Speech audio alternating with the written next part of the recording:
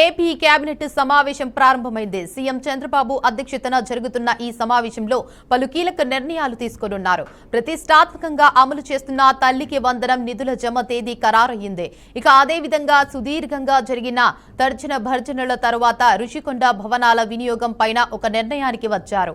రాష్ట్రంలో కొత్తగా పెట్టుబడులు, అమరావతిలో నిర్మాణాలపైన పలు నిర్ణయాలు తీసుకోనున్నారు. ఇక రాజకీయంగాను మంత్రులతో సీఎం చంద్రబాబు పలు అంశాలపైన చర్చించనున్నారు. ఇక ఇదే అంశంపై మరింత సమాచారాన్ని మా ప్రతినిధి సుబ్బు అందిస్తారు. చెప్పండి సుబ్బు. ఆంధ్రప్రదేశ్ ముఖ్యమంత్రి నారా చంద్రబాబు నాయుడు అధ్యక్షతన మరికొద్దిసేపట్లో ఏపీ కేబినెట్ అయితే సమావేశం కానుంది. వెలగపూడి సచివాలయంలో ఈ సమావేశం జరగనుంది. ఈ భేటీలో దాదాపు 80కి పైగా అజెండా అంశాలకు కేబినెట్ ఆమోదం కలగనుంది.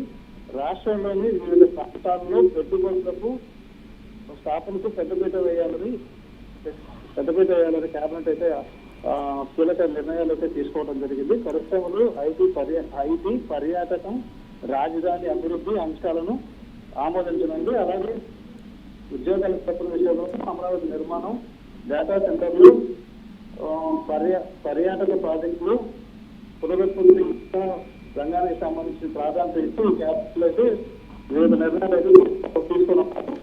పెట్టుబడులకు ప్రోత్సహిస్తూ మండలి నిర్ణయాలను ఆమోద ముద్ర వేయాలని చెప్పేసి కేబినెట్ నిర్ణయం తీసుకుంది. దాదాపు 34,000 రూపాయల పెట్టుబడులు స్థాపన ద్వారా 35,000 ఉద్యోగాలు కల్పన అవకాశంగా సంబంధించి నిర్ణయాలకు ఈ సందర్భంలో 10 గంటలకు కేబినెట్ పరిస్థితుల్లో ఒకనుంది. 426 కోట్లతో మౌలిక సదుపాయాల కల్పన పనులకు ఓకే జరపనుంది. జ్యుడిషియరీ అకాడమీ 130 కోట్ల సంబంధించిన పనులను అప్పగించే అంశంపై ఈరోజు కేబినెట్ లో చర్చించి నిర్ణయం తీసుకుంటారు. అంతేకాకుండా అమరావతిలో 5 హోటల్లో కన్వెన్షన్ లో ప్రోత్సహించేందుకు ఇచ్చే ప్రతిపాదనకు ఈ కేబినెట్ కూడా గ్రీన్ సిగ్నల్ ఇవ్వనుంది. విశాఖపట్నం, కర్నూలు, తదితర ప్రాంతాల్లోనూ పర్యాటక ప్రాజెక్టులకు ఈ భేటీలో అంగీకారం కనిపిస్తా ఉంది. ప్రభుత్వ రంగ సంస్థలు, కార్పొరేషన్లు, ఉద్యోగ విరమణ వయసును 60 నుంచి 62 సంవత్సరాలు పెంచుతూ నిర్ణయం తీసుకోనుంది. అనంతపురం, కడప జిల్లాల్లో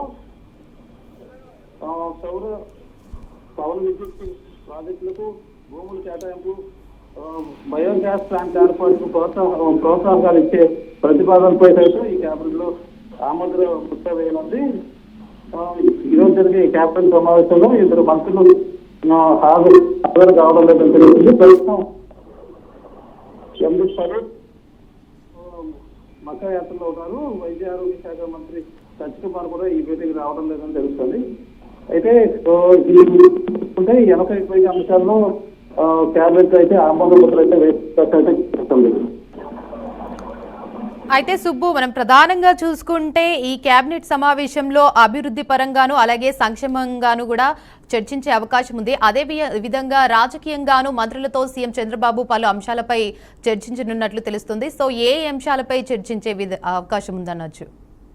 ముఖ్యంగా ఈ తల్లిదండ్రులను ఋషికొండకు సంబంధించి భవనాల వినియోగం పైన కూడా కొద్దిగా చర్చ జరిగే అవకాశం ఉంటుంది. ఎందుకంటే విద్యా సంవత్సరం స్టార్ట్ అయింది కాబట్టి తల్లిదండ్రులు జూలైలో వేస్తాం. ఇప్పటికే గవర్నమెంట్ కూడా ఒక నిర్ణయం తీసుకుని దాని మీద కూడా ఒక ప్రకటన కూడా చేయడం జరిగింది. అందుకే వచ్చే నెలలో అంటే జూలై నెలలో తల్లిదండ్రులు ఎట్టి పరిస్థితుల్లో ఏసి తీరాలని చెప్పేసి ప్రభుత్వం ప్రతిష్టాత్మక ఏసి తీరాలని చెప్పేసి నిర్ణయం తీసుకుంది. దాంతోపాటు భవనాలు చాలా కాలం నుంచి సుమారు దాదాపుగా 2.5 సంవత్సరాల నుంచి విడిపోతున్నాయి. వాళ్ళు ఏదోది గవర్నమెంట్ ఆదాయం వచ్చే రకంగా చేయాలని చెప్పేసి కూడా చూసే అవకాశం కనిపిస్తుంది. అంతేకాకుండా Right, Subbu. Thank you, Subbu. Thank you for the update.